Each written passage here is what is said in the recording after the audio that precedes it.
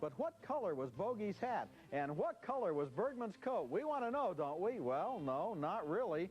But if a new process named colorization has its way, Casablanca and thousands of other black and white classics will be tinted to resemble color films. And colorization is our subject this week on Siskel and Ebert and the Movies.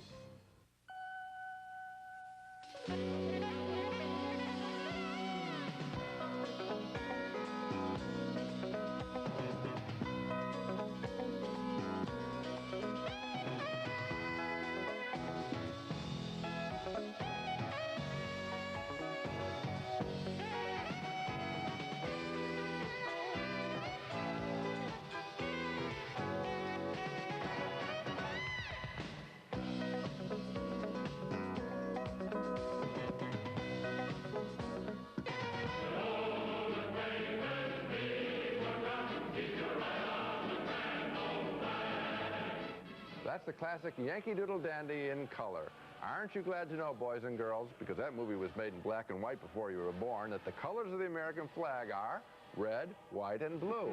The process of colorizing classic black and white movies is the subject of this special show called Hollywood's New Vandalism. A title I guess the tips are independently arrived at point of view. I'm Gene Siskel of the Chicago Tribune. And I'm Roger Ebert of the Chicago Sun-Times. Colorization itself is such an ingenious technological breakthrough that there's a temptation almost to applaud the work that went into it without asking whether it ought to have been done in the first place. What they do is the colorizers take an old black and white movie and assign color values to various areas in the first frames of each individual shot. Areas like the faces and clothing of the actors or the sets or landscapes that they're seen against.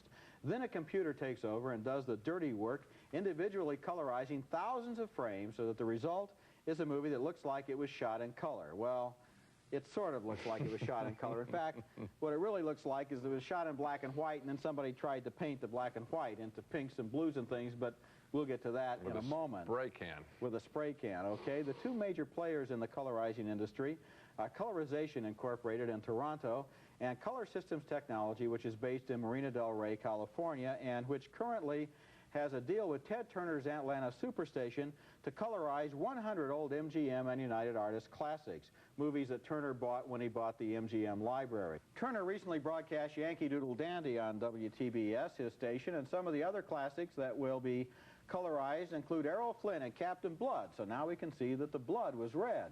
Wow. Betty Davis in the tearjerker melodrama Dark Victory, sure looks dark to me.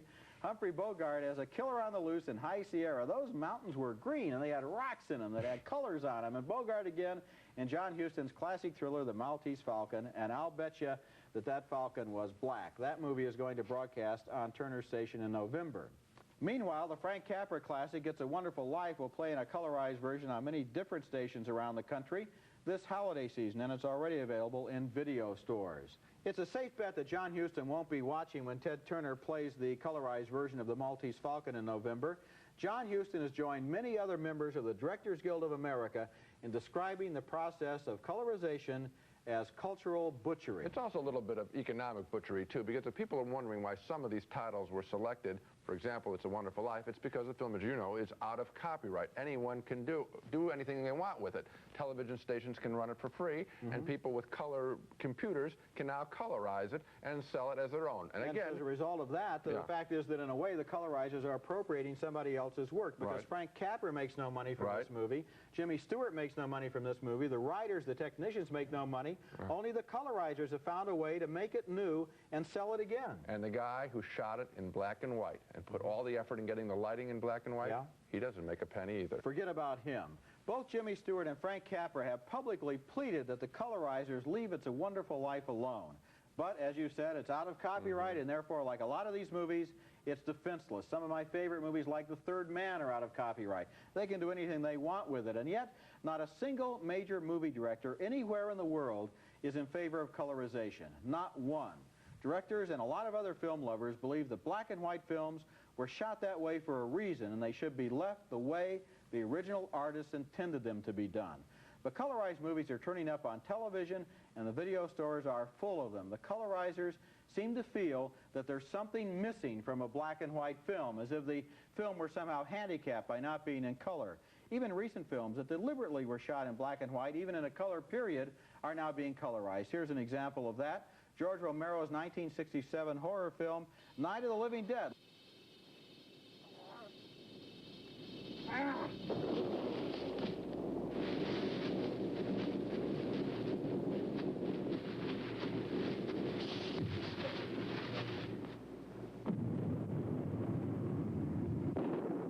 Well, looking at that leads me to the conclusion that with colorization, first of all, it shouldn't be done at all, but if they're going to do it, they should do it better. Did you notice there in the colorized version of Night of the Living Dead, the sky, the woman's dress, the tombstones, and the shirts on both men were all matching violet. They only apparently had one colorized color on their electronic palette. Well, you're exactly right. There's one point I want to differ with you a little bit. You're saying that these people in these color companies feel that there's something missing in black and white films and they have the added quality. Raj, they're not really about that. All they are doing is finding another way to play this stuff in prime time TV and make money. They don't have opinions about color films or black and white. They know that they're violating purist stuff. These are not dumbbells. They are money makers. They're businessmen. They know that you can't play Miracle on 34th Street in prime time unless you offer it new and color. That's what this whole thing is about. It's about money. As for your notion about the fact that nobody in the motion picture industry is behind it, there is one person who is behind it, and this is kind of shocking. It happens to be a former president of the Motion Picture Academy. I want to read you how his mind changed and what it more portend for the future. It's Gene Allen. This isn't a director, though. I said no director was in favor of colorization. This is still a big guy in the movie industry, okay? Gene Allen? Gene Allen, he was the president of the Motion Picture Academy. In September of 1984, this is the Wall Street Journal, he's quoted as saying, as against colorizing Casablanca, a film that's going to be colorized, "I don't think we've ever seen perfect color," said Gene Allen, "but perfect black and white, that has been achieved." So he was against it in September of '84. Now, 3 months later, January '85, suddenly he's in favor. What happened? Gene Allen has accepted a post with Color Systems Technology. He's going to advise them. And what does he say now? Color conversion is an idea whose time has come. Maybe there was a check in the mail that came too. When Color Systems first approached me for advising the coloring of George Cukor's Camille, this is Gene Allen talking, I began to realize that I had a unique opportunity to protect Mr. Cukor, that's George Cukor, the director's artistic intent.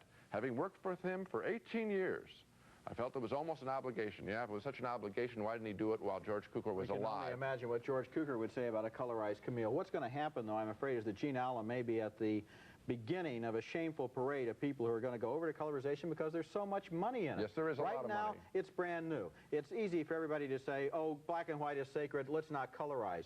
The more money that's made, the more people will line up to make some of that money. And all of the studios, for example, the directors who work for the studios are against colorization. The studios can't move fast enough to sell their old black and white movies to colorization. It's a way to recycle that inventory. And you're right. You're absolutely right. It's a story about money, not about art. You got that right. Now, what if you like the new colorized movies? Well, coming up next, we'll show you some ridiculous examples of how badly they're being colored. I jumped in the river to save you so I could get my wing. Uh-oh.